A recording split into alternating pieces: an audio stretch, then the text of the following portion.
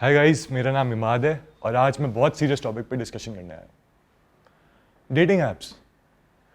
Dating apps से life आसान हो जानी चाहिए थी, पर किसी से मिलना अब और ज़्यादा मुश्किल हो गया है।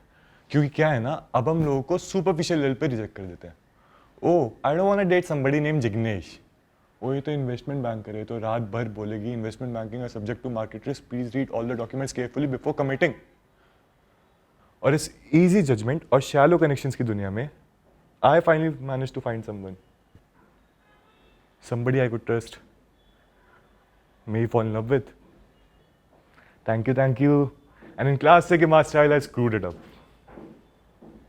पहली बार किसी के साथ अच्छा लग रहा था और फिर दिल से आवाज आई, यार बड़े दिन हो गए यार, अरिजीत सिंह के गाने एंजॉय नहीं करे। सीरियसली, अगर मेरा किसी के साथ लॉन्ग टर्म कंसिस्टेंट रिलेशनशिप रहा है ना, तो वो मेरी थेरेपिस्ट है। मेरे थेरेपिस्ट ने मुझसे पूछा, Imad, when was the last time you had an intimate relationship? And I was like, last night? It was very intimate. And she was like, Imad, ये मेरा क्लिनिक है, कोई कॉफी विद करण नहीं, मैं इमोशनल इंटीमेसी की बात कर रही हूँ। Emotional intimacy. यार मुझे लगता है कि अगर मैं किसी के साथ ओपन अप होऊंगा ना, दिल जज मी एंड लीव। सो इससे पहले कि वो मुझे छोड़ दे, मैं उन्हें छोड़ देता हूँ। एंड में लूजर मैं ही होता हूँ, बट क्या है ना, अपना ईगो हाई पे रहता है। बचपन से अकेले रहने की आदत है। 9 साल का था जब मम्मी गुजर गई और उसके बाद डैड ने डिसाइड किया कि अब वो जिंदगी भर अकेले नहीं रहेंगे। तो हर रात वो किसी ओल्ड मॉन्क के साथ या फिर किसी जॉनी वॉकर के साथ चिल करते थे। ये उनका वर्जन था थेरेपी का, सस्ता और बॉटल टिकाऊ। कभी कभी उनके फ्रेंड्स भी आते थे, बिजनेस पार्टनर्स। एक दिन डैड की थेरेपी थोड़ी ज़्यादा हो गई तो वो सोने चले गए। उनके बिजनेस पार्टनर्स मेरे पास आते and he offered me chocolates. अब इमेजिन 10 साल के बच्चे को चॉकलेट मिलना इज लाइक केबीसी जीतने जैसा हो गया।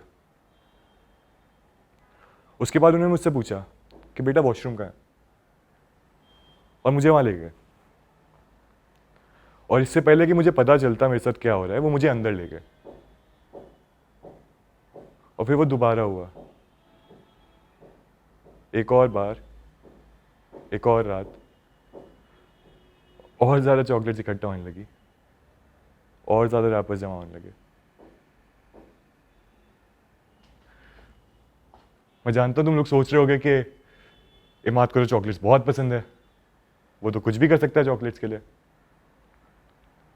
जब मेरे डैड ने वो चॉकलेट्स देखी तो उन्होंने मुझसे पूछा, बेटा ये तो बहुत महंगी चॉकलेट्स हैं, तुम्हारे पास कहां से आई? मैंने कहा, dad you have no idea. क्या कहता हूं उनसे कि business partner is mixing business with pleasure.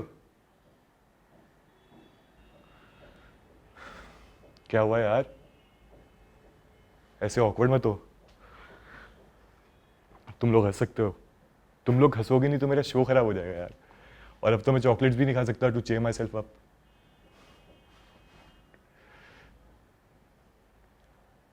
पिछले 15 साल मेरी लाइफ का एक ही एम रहा है कि मेरा सच किसी को पता ना चले। इसलिए छिपते छिपाते मैं यहां तक आ गया। इसके लिए जो सही लगा मैंने किया।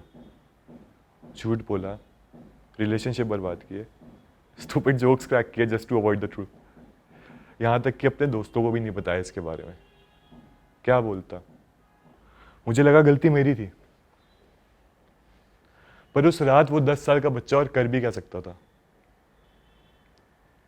रोक सकता था, चिल्ला सकता था,